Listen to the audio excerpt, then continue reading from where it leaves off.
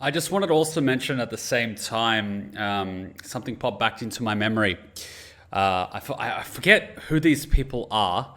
It was the ones that use this particular weapon because my mind's completely gone. I've been working all day and I'm drinking energy drinks. The ones that use the kurkri. A group of these people within the British military was surrounded by insurgents, and one such person was left on his own. I believe he was on the rooftop of a building.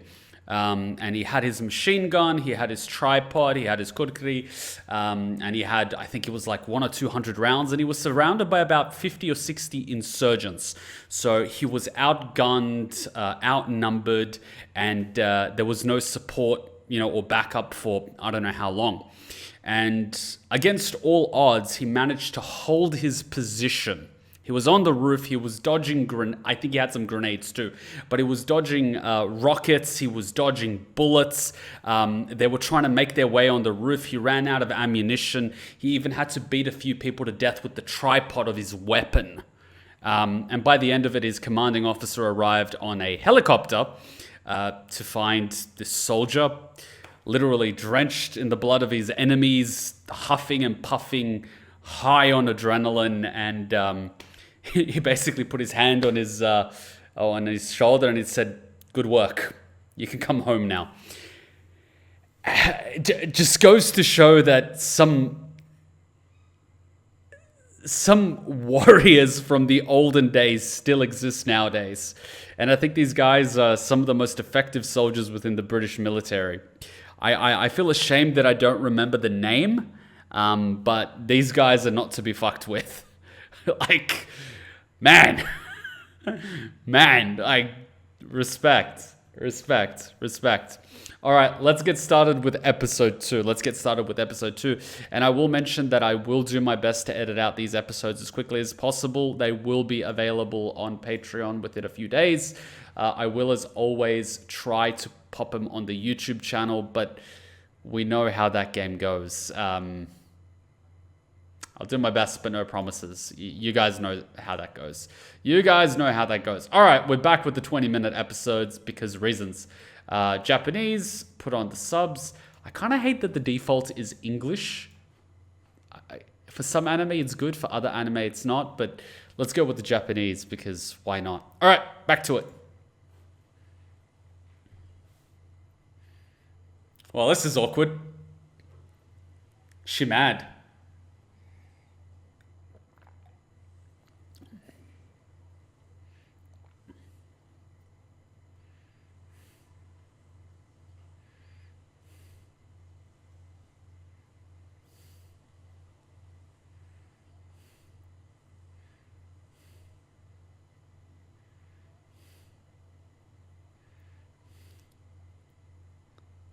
Wow.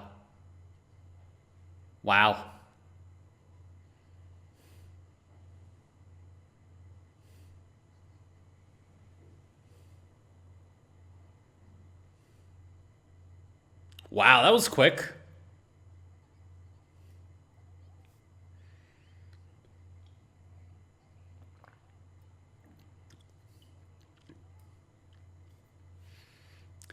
Episode 1 is how most guys imagine meeting their dream girl. Episode 2 is how it ends up happening.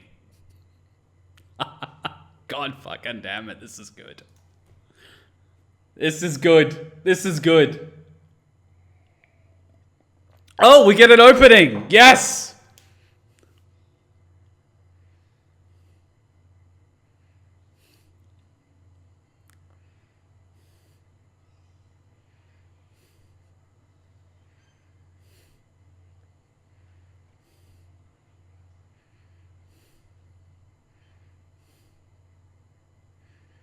Okay, there are the maid girls.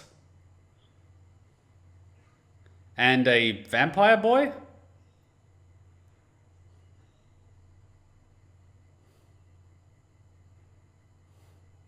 The fuck?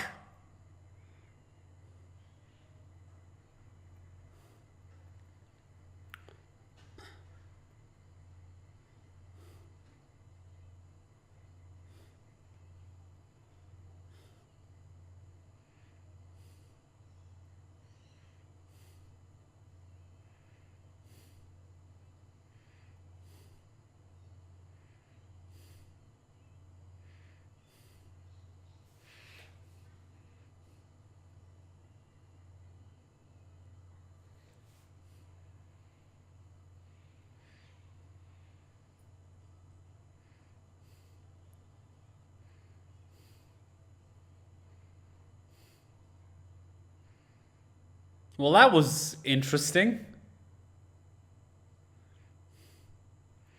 Of course, he's gonna do the alley encounter now.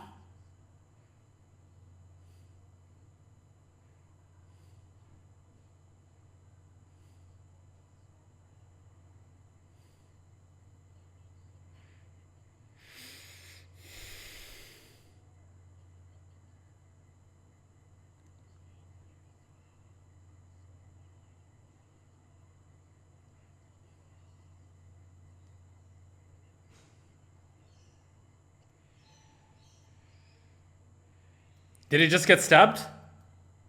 Oh, fucking GG.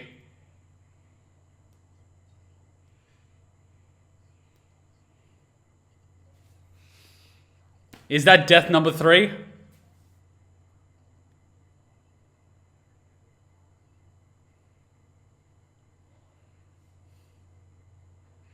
We need a death counter at this point.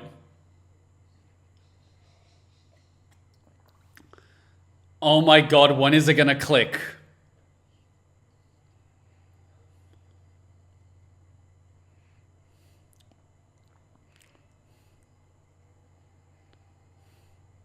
Third time's the charm?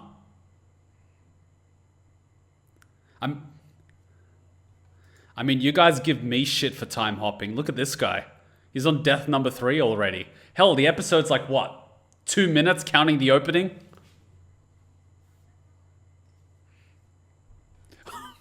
Okay, I'm sorry. I just had this idea pop in my head, right? If you can keep resetting from the local checkpoint, you know, when you die, and you're talking to a girl, and you fuck up and it becomes awkward, and she says, what? I just imagine this guy just looking dead ahead straight, walking off and just jumping off a bridge. Just literally killing himself every time to restart the conversation so he doesn't make it awkward. Oh my god. The implications of this are just fucking hilarious.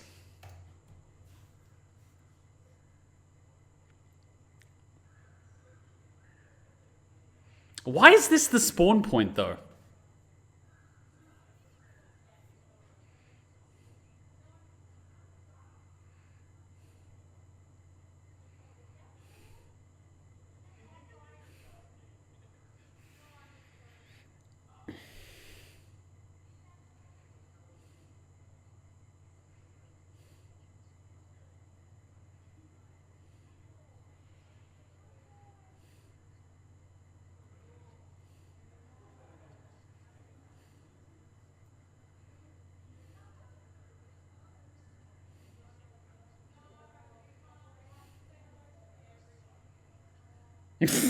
Of course.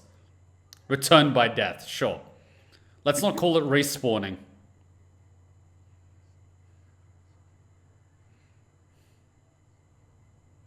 I feel...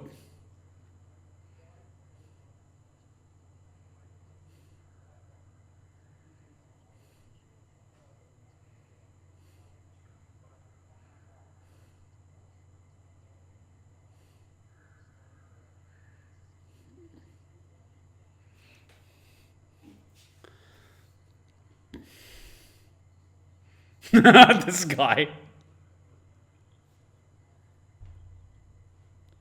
How awkward would it be? You're just trying to run a stall and this guy keeps talking to himself in the back alley and he's clearly homeless.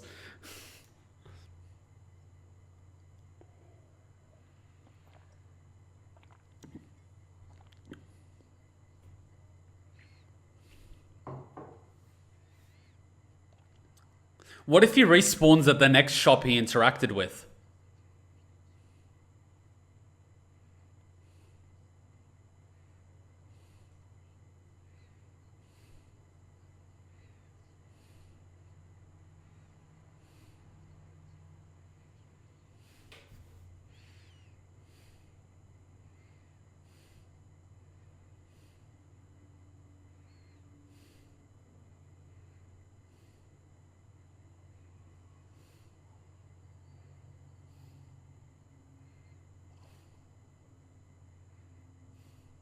Wow, he has PTSD.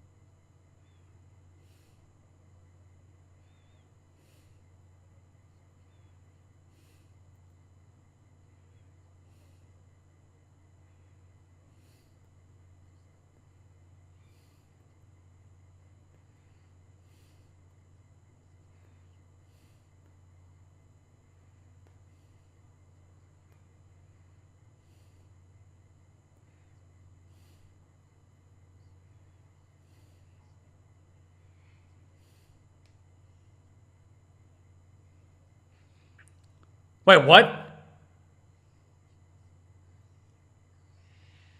Wait, what?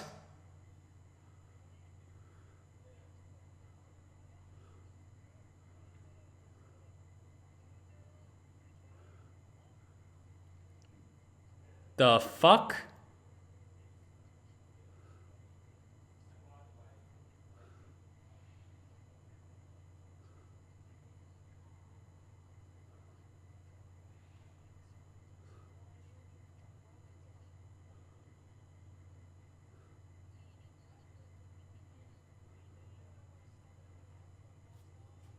Wait, but this is odd. Doesn't she help him, heal him, then help the girl? Okay, fine. Timeline's out of whack. So these guys were just sitting here in the alley the entire time because they have nothing better to do. Cool. Okay, let's continue.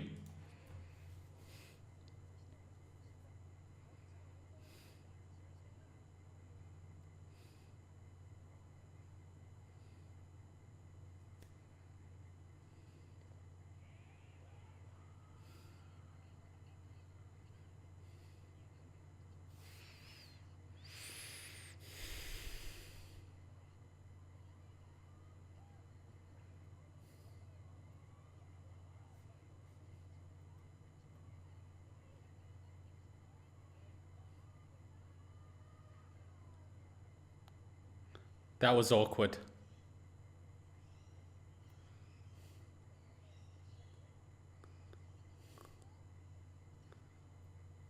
Well, now he's gonna die.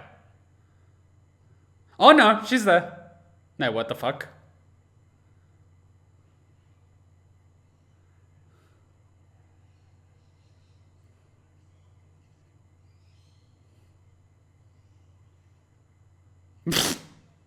Reinhard! I just think Overwatch.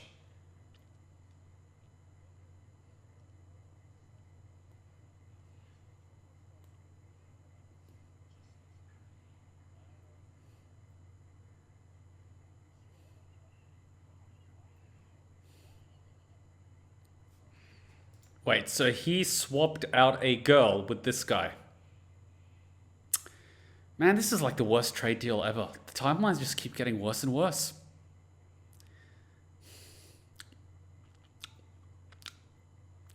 Carry on. Unhurt.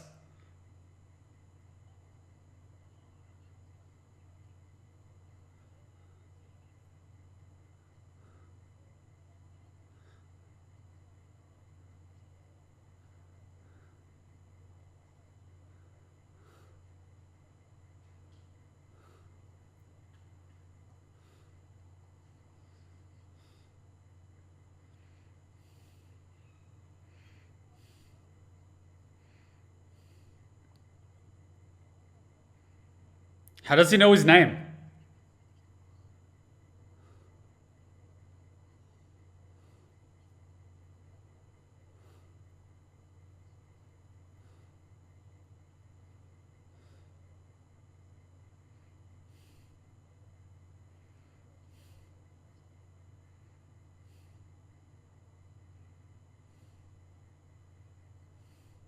Can you not check him out?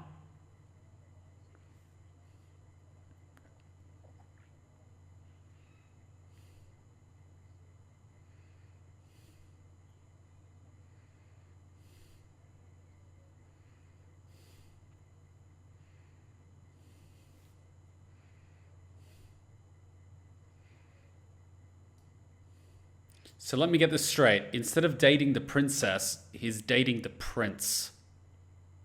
Oh yeah, this anime is definitely like flipping my expectations upside down.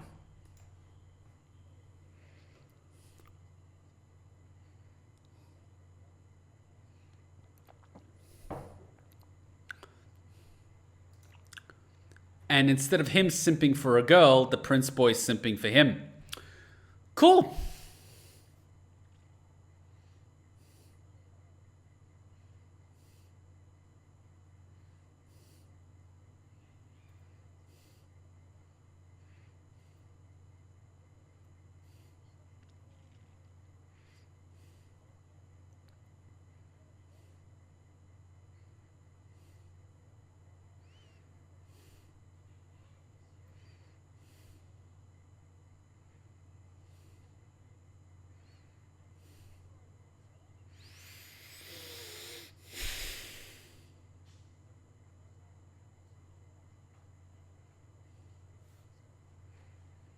Think about this request.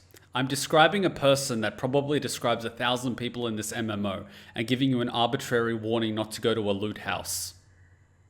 That's probably not even its proper name.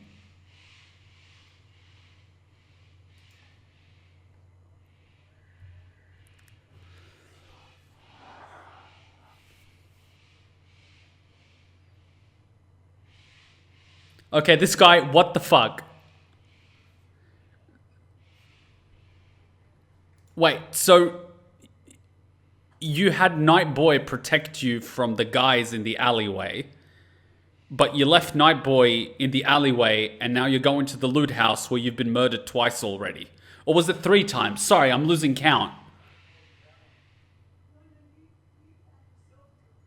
There's no helping this kid.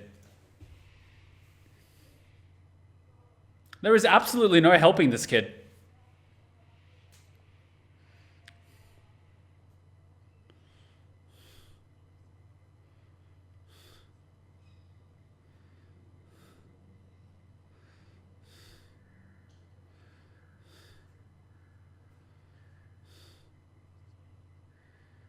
Whoa, that's awkward.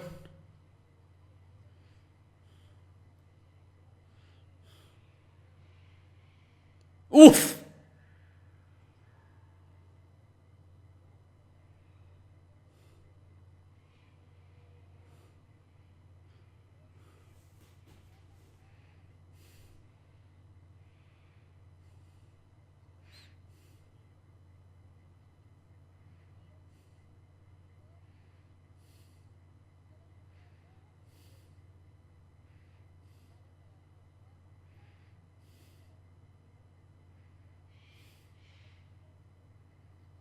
Excuse me?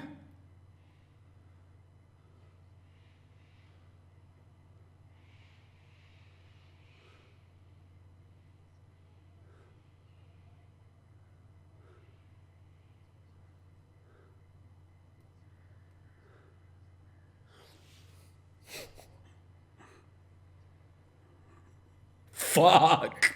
Fuck.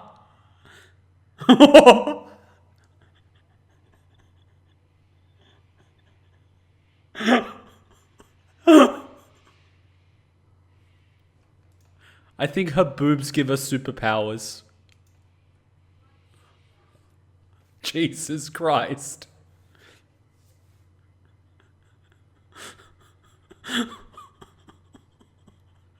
Jesus Christ.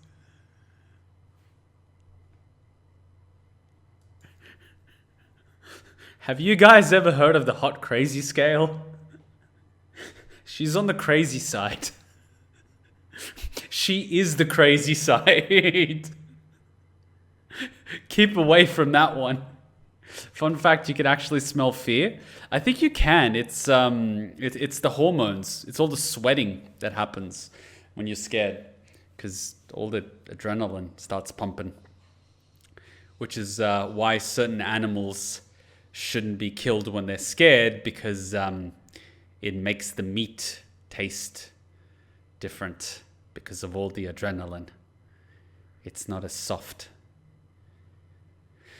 Let us continue before we go down that rabbit hole, please. Jesus Christ.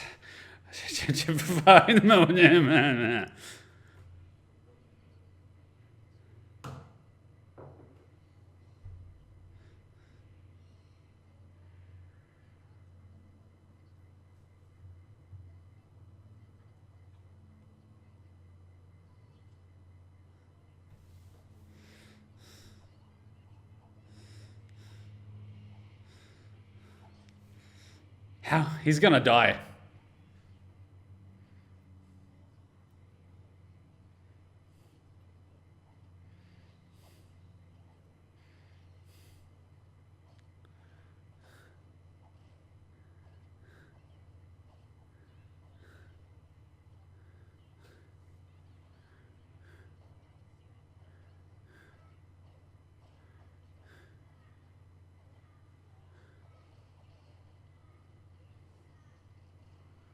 Why would you destroy your own house?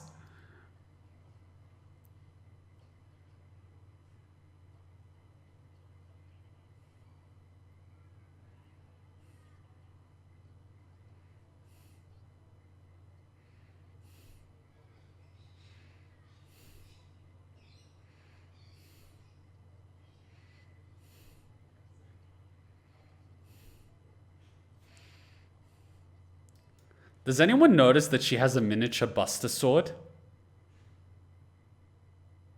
Did she steal it from Cloud or something? It's so bad.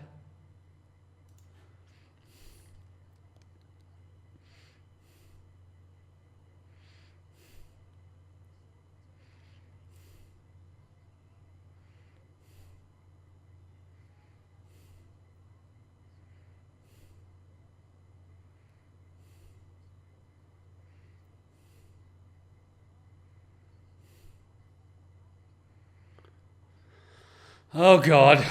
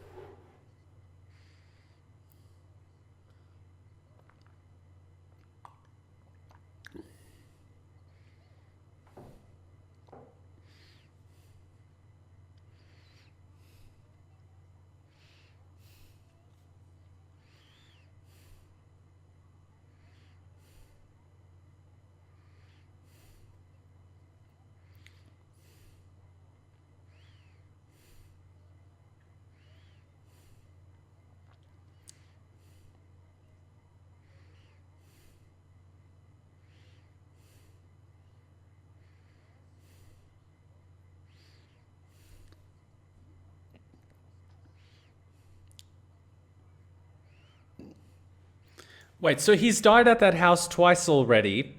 Twice to that woman that he's just encountered for the third time, and he's still going to the loot house where she's going to be. Whatever. He's gonna die again. Fuck it. At least he gets to respawn.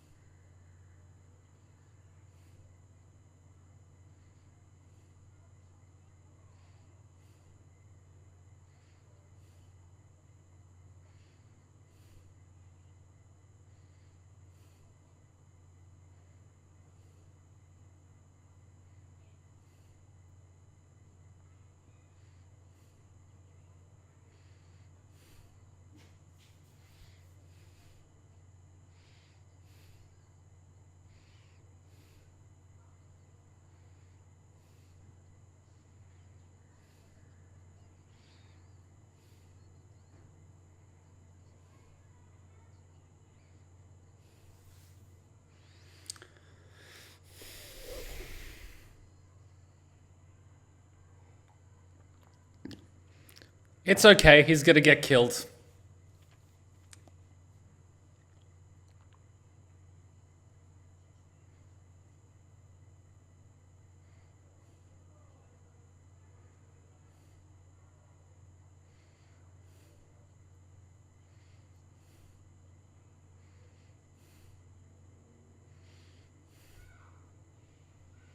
Oof! Oh, okay. He said at least 20. No.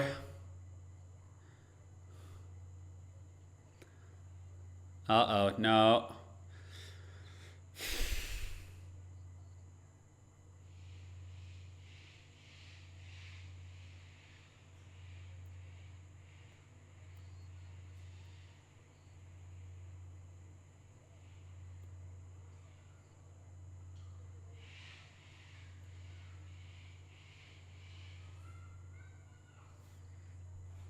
Wait, wasn't that the thing on the guy's sword?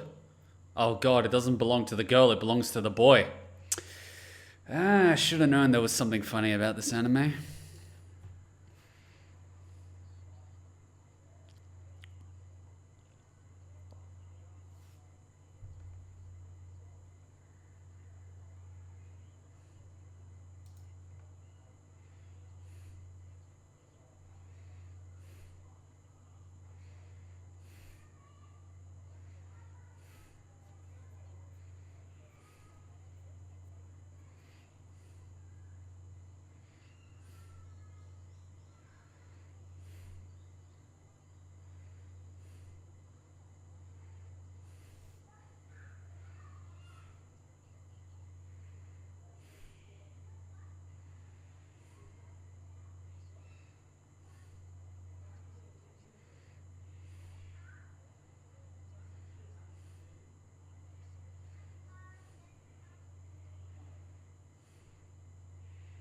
Is that really gonna work?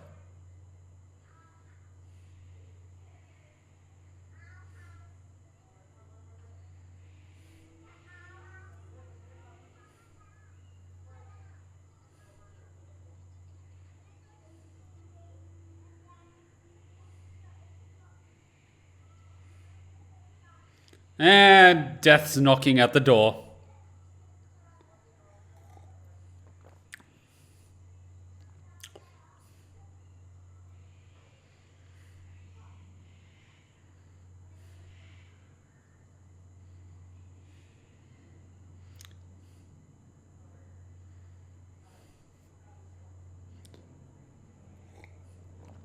Either that or it's Elf Girl. Somehow. Okay, what the fuck? How did that happen?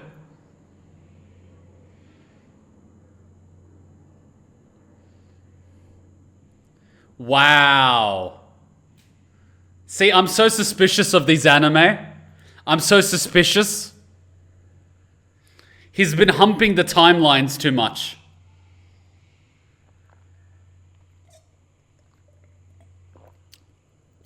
That's what happens when you hump the timelines.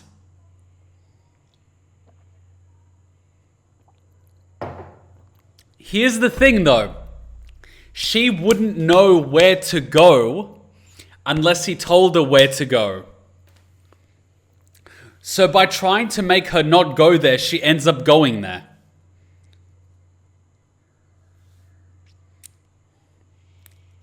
Man, timelines are a bitch.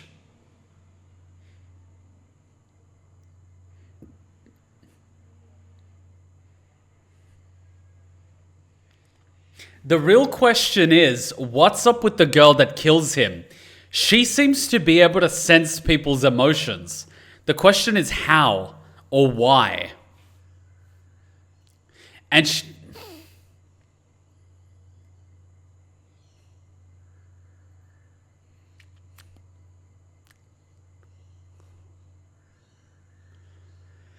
this is going to be interesting.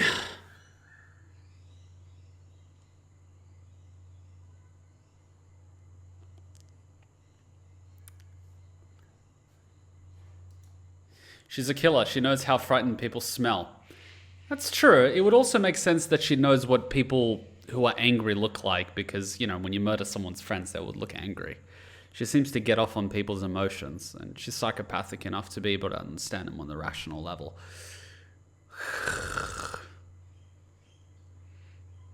This anime just loves to fuck with you. Honestly, this anime just loves to fuck with you. It's sometimes absolutely ridiculous. Like the moment where Felt destroys her own home and goes on a sword-swinging rampage and he manages not to get cut. But in every other situation, he's an uncoordinated motherfucker that gets stabbed by virtually anybody. So he has a moment where he's literally dodging sword strikes, and in any other moment, he's the first person to get stabbed. But like, okay. This is the definition of subverting your expectations. And you even saw my brain go, oh, it's her. Or it's the Princess Elf Girl. And Princess Elf Girl comes up. I have a feeling that by the end of this anime is going to fuck with my head so much. It's going to be a zero escape scenario where I'm imagining all the different possibilities based on different decisions that can happen somewhere in the timeline. And even then, a little bit like the K ending, where I think I have it worked out, it's going to be like, nope! And this is only episode 2. This is ridiculous. The anime infamous for its headfucker is so many possible timelines. Oh, I could see why you guys must have recommended this. You cheeky bastards. You cheeky bastards. You know how much I like to analyze things, so you threw something my way that's literally going to punish me for it. You cheeky motherfuckers. It's the JoJo scenario all over again, you cheeky motherfuckers. Alright, quick little break and we're going to go on to episode 3. You cheeky bastards. You cheeky bastards. Oh my god, What would I do without you guys? Let's see how much we can change the timeline, kind of like Steins Gate. I watched Steins Gate, the anime, and I really did appreciate it. I appreciated Steins Gate Season 1 anime. And I actually ended up buying the games and would really love to play them. But I really did appreciate that anime. But this one cracks it up to a whole nother level because it sort of assumes that you understand how basic, causality works. Whereas the protagonist clearly doesn't understand how causality works. But yes, I watched season 1 of the Steins Gate anime. I kind of did enjoy it. I remember the basic story, but I don't remember all the little things in the middle if we ever decide to play the game or watch the anime. But I did appreciate it.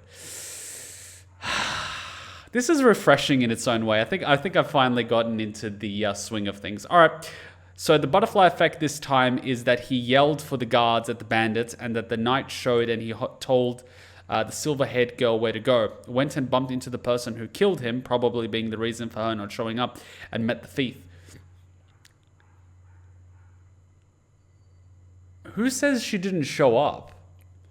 Because her objective is to get the insignia. Now, if I was her, and I'm not saying that I am, but if my core objective is to obtain the insignia, nothing is stopping her from scouting the area and observing it, because she intends to go there at night. And going from the first interaction, she never intended to pay for the insignia. She goes in there, she plays the game, and she ends up butchering both people and taking what she wants for free anyway. So she doesn't strike me as the type of person that would get freaked out by someone bumping into her on the street and being angry and afraid. She strikes me as the type of person that would go anyway and butcher everyone. So to say that she's not going to turn up, I think is highly unlikely. I think she's at the very least watching the loot house and sort of trying to see what's going on. She's probably been stalking him after they bumped into each other. Or potentially just, stalking and looking at the loot house and seeing who's coming in and out, because her objective remains the same. She wants the insignia for whatever reason, and as soon as he mentioned that he wanted to give it back to its original owner, she pulled out her knife and tried to kill him. So clearly there's something going on there. And the whole conversation about her employer could also be a lie to basically cover up her motivation. Because if she says she's there as a proxy for someone else, if someone asks her, why do you want this? She just says, well, I don't, but my employer does, So it gives her like a, like a cover, like a curtain of protection that she can effectively use to hide her intentions.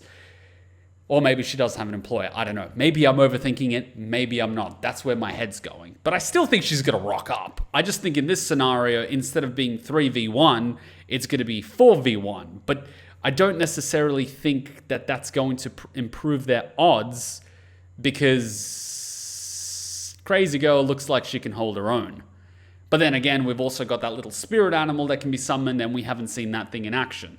But then again, she seems to be a magic user in an enclosed space, which puts her at a disadvantage because Knife Girl seems to be a close range fighter. even though we haven't seen her. Don't overanalyze the show. It will drive you insane. I'm sorry, it's already driving me insane.